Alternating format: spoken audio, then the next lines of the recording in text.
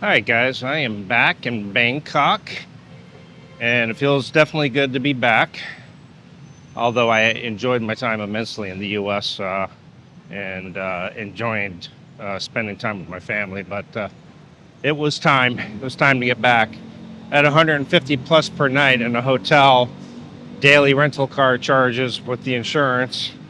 Well, and eating out, and then the flights. It was a $6,000 trip, so I am glad to be back and slowing down on the spending.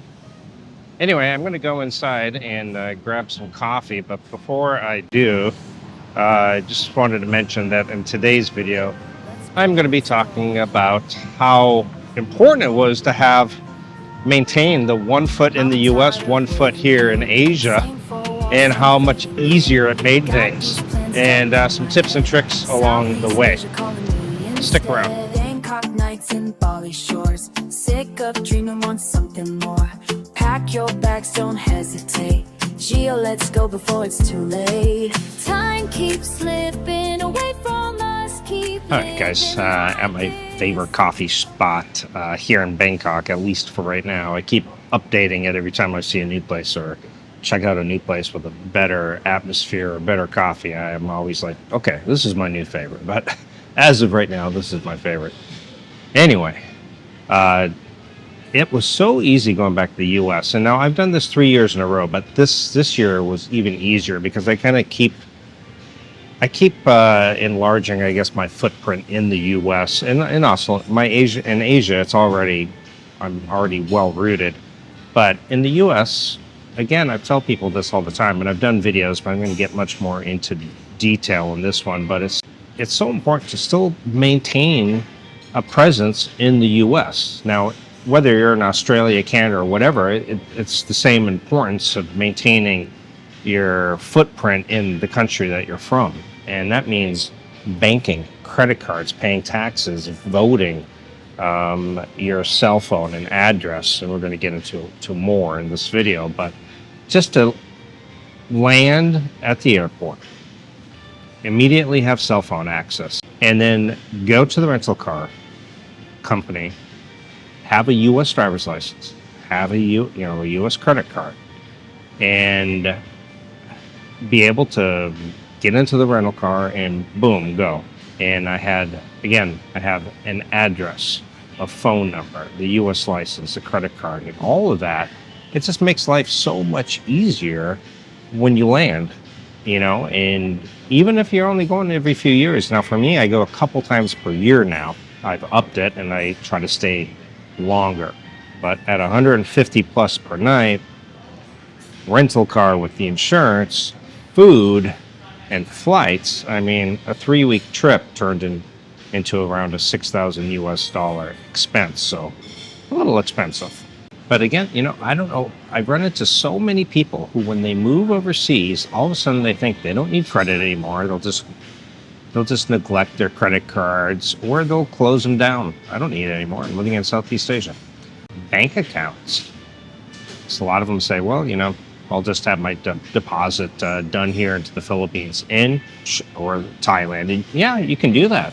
But if you have an issue, it is much, much harder to fix here than it would be in your own home country. And I don't know why people still do this. I hear about people all the time having their pensions and everything go into that country's bank account. I wouldn't risk it personally. If you want to do it, great. If anything, do a middleman like Wise or something, but still better to have the U.S. bank. But maintaining that U.S. address, the U.S. credit card, the U.S. phone number, banking, all of that is really important. And listen, I vote in elections. I file my taxes. The money I receive goes into my U.S. bank accounts. The funny thing is I'll meet people who haven't paid taxes in years. I'll get more into that in a minute here. But I think maybe also a lot of people think if they move overseas, they're going to lose access to their banks. They'll lose the mailing address. They move out of their house. They'll become disconnected to the U.S. And really, you just simply need a system. So the first thing is a mailing address. Now, you need a physical address. Somebody even if you're not going to receive any mail there, it really doesn't matter. I use my son's address. Now, I get that some of you don't really have maybe a lot of family left, but there's got to be somebody that you can say, listen, I just want to use your address. I'm not going to have any mail go to it. I'll have my own mailing address. And then you use that, and then I have my traveling mailbox link down in the description for my actual mail. And also I can get parcels sent there too, and I can even have those forwarded over here. But they do mail scanning, they do forwarding, access anywhere. You know, for example, sometimes there'll be an item on Amazon that for some reason or not will not ship here. So I will ship it to my traveling mailbox, and then they will forward it over here, and then I'm good. Now, again, how I handle banking overseas, it is important, I think, to have a bank in your country. I've had a bank account in Vietnam. I had a bank account in the Philippines. I had a bank account, or I have a bank account here in Thailand, actually 2 of them. But nothing gets deposited into those accounts. I simply, my money goes into my US account.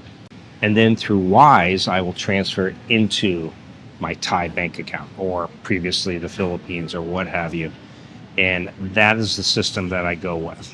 And what I keep is a US checking account, a US savings account, credit cards, Wise. And it matters a lot more because fraud protection works much, much better. In the Philippines, I once had a double charge from Agoda. I had booked a hotel, and I went into the bank. And first of all, the bank said, oh, I'm sorry, you have to go to the branch that you opened it at. I'm like, okay. So I went to the exact branch. Now, if you had opened it in Cebu and then moved to Dumaguete, then you would have to come back to Cebu to handle it, which is ridiculous. It's the same bank. So anyway, this was the Philippines.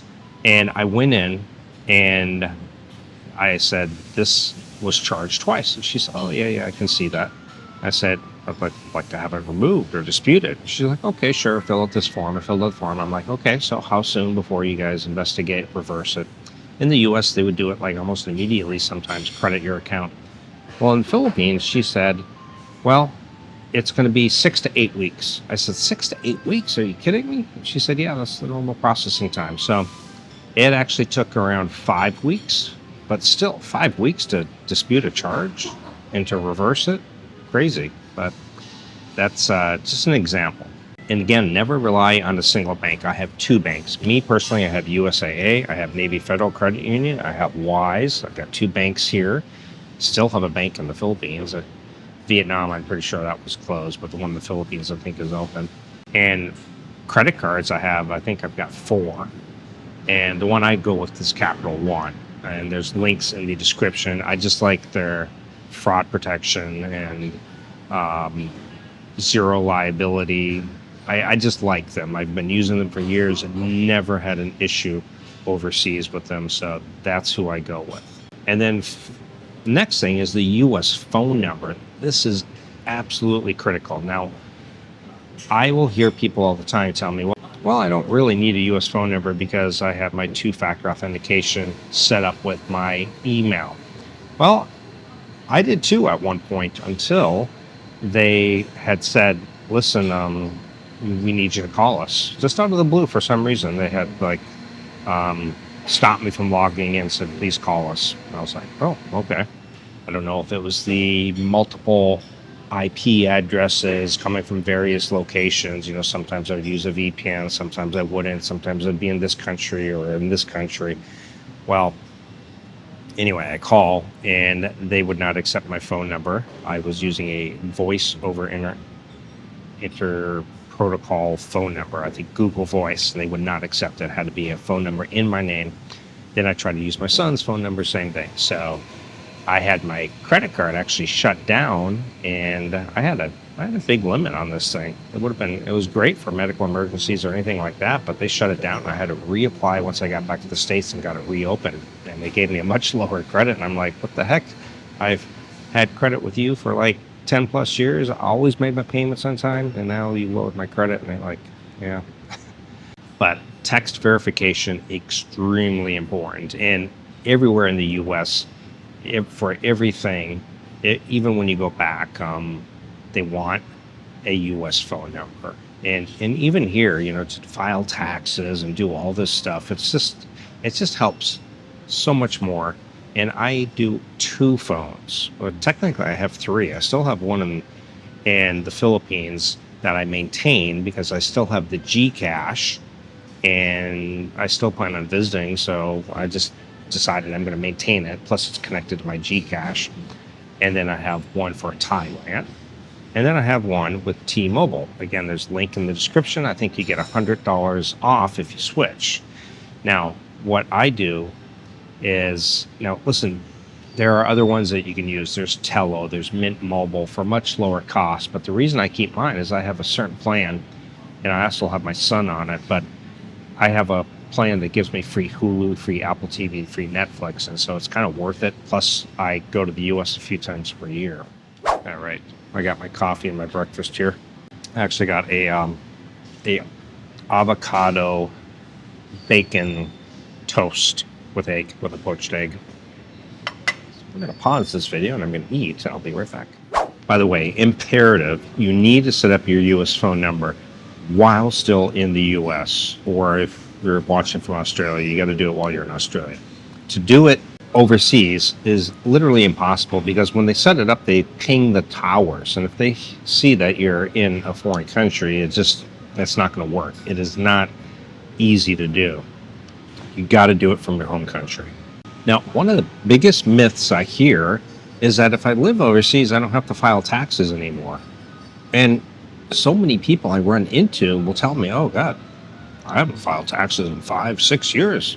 I'm like, are you kidding me? It's like, you still have to file taxes. You may not owe any money, but you still have to file taxes. I think they have this disillusion that they don't have to deal with the IRS anymore, and that's simply not true. Listen, I just use TurboTax. There's expat tax accountants that are all over Southeast Asia that will work with you either online or even meet in person. And because everybody has different complexities on whether they would need an accountant or they can do it through TurboTax. Mine, I can fortunately just do it all through TurboTax. But listen, a lot of you will qualify for exclusions, credits, or treaty benefits depending on where you're living. So every person's situation is different, and you got to contact a tax professional. I get questions all the time about the taxes. I can't answer those, and nor can I even legally, I think. So please don't ask me any tax questions. The only thing I can tell you is I file my taxes. I file with TurboTax, and you can also hire somebody if your taxes are complex. A lot of people I know will actually fly back to the U.S. on an annual basis to do their taxes. But yeah, moving overseas doesn't make the IRS forget about you. Trust me. And then another thing a lot of people worry about is receiving income or handling financial matters overseas. Again, direct deposits, online banking, receiving payments, credit card rewards, and managing accounts from anywhere in the world. And this is where a VPN definitely comes in handy. Sometimes you need it to access certain things. So we'll link again in the description for all these things I'm talking about. But any kind of income, any deposits, anything I have coming in, again, all goes to my U.S. accounts. I may maintain an account in the Philippines and a couple here in Thailand, but I don't have anything depositing into those accounts. I choose how much, when, and where, and how I'm going to deposit it into those bank accounts. I don't have anything direct deposited. And again, the people who do that, I just don't think it's that smart of an idea to have your money direct depositing into an overseas foreign bank account. If something happens, it is really hard to fix on this end. Much easier to handle it if it's going into your U.S. bank. Now, today, most financial institutions really allow you to handle everything online. Whether you're in Bangkok, Manila, or Nairobi, you can still monitor your accounts, transfer money, pay bills, and handle your income. It's not that hard. And again, the key is getting everything set up before you've left the U.S. It makes things much, much easier. Don't try to handle all these, setting up the phone, the traveling mailbox, your bank accounts, all this stuff while you're overseas. Do it before you've left. Yeah, because it's much easier to maintain accounts and open new ones while you're still living in the U.S. and not when you're back over here in Southeast Asia. Now, listen, there are some things that you do have to give up when you move overseas. Some of those for me personally were like a U.S. house or an apartment, U.S. utility bills, U.S. car payment, property taxes. All of those things I chose to give up. Now, a lot of people will maintain those. I'm not really in that financial position where I would, or even if I could, where it would really make sense to maintain some kind of residence in the U.S. Now, at some point, if I ever get to the point where I say I'm going to live 4 months or 6 months out of the year in the U.S. and then the rest of the time here, then maybe it would make sense. But as of right now, it just wouldn't make sense. And, simplifying my life has made things so much easier. So, the biggest lessons I've learned after 10 now years of living overseas is maintain that mailing address, your banking, your credit cards, your phone number, voting access.